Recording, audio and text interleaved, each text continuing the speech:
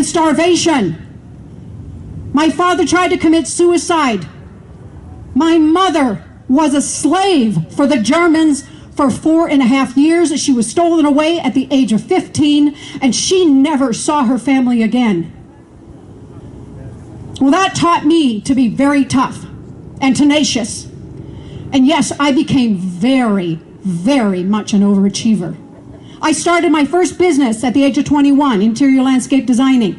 I became so popular in that Pittsburgh actually gave me the title of one of Pittsburgh's most accomplished single women. Thank you. They even put me on the Good Morning Pittsburgh show, whatever that was. At 30, I went to LA and I became an award-winning stage actor. I also worked soap operas, television, and films, which means that I was a 3-time union member. I stand 150% for our unions, okay? And then I agreed to serve my country, working as an independent undercover agent for the FBI. They partnered me with a gentleman by the name of Colonel John Jerome Norton, who was a colonel of the U.S. Marines. My job? I detected lies. Our territory? Russia. I know Russia.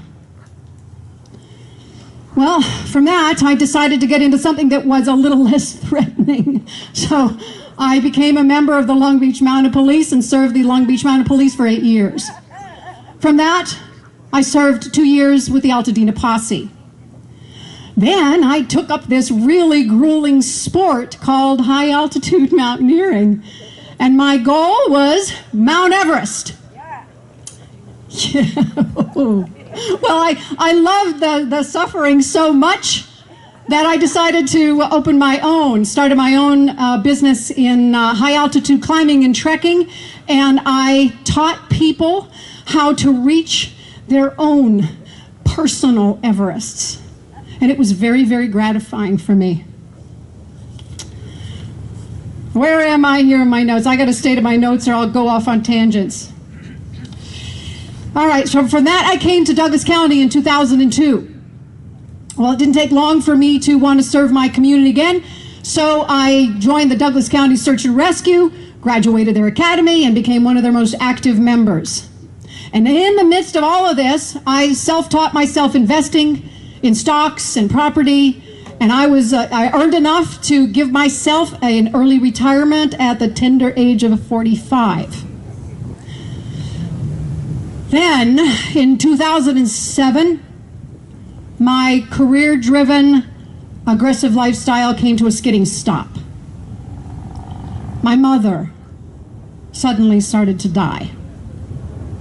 Doc said she would have about 3 months. So I agreed to bring her into our household to take care of her and become her primary caretaker.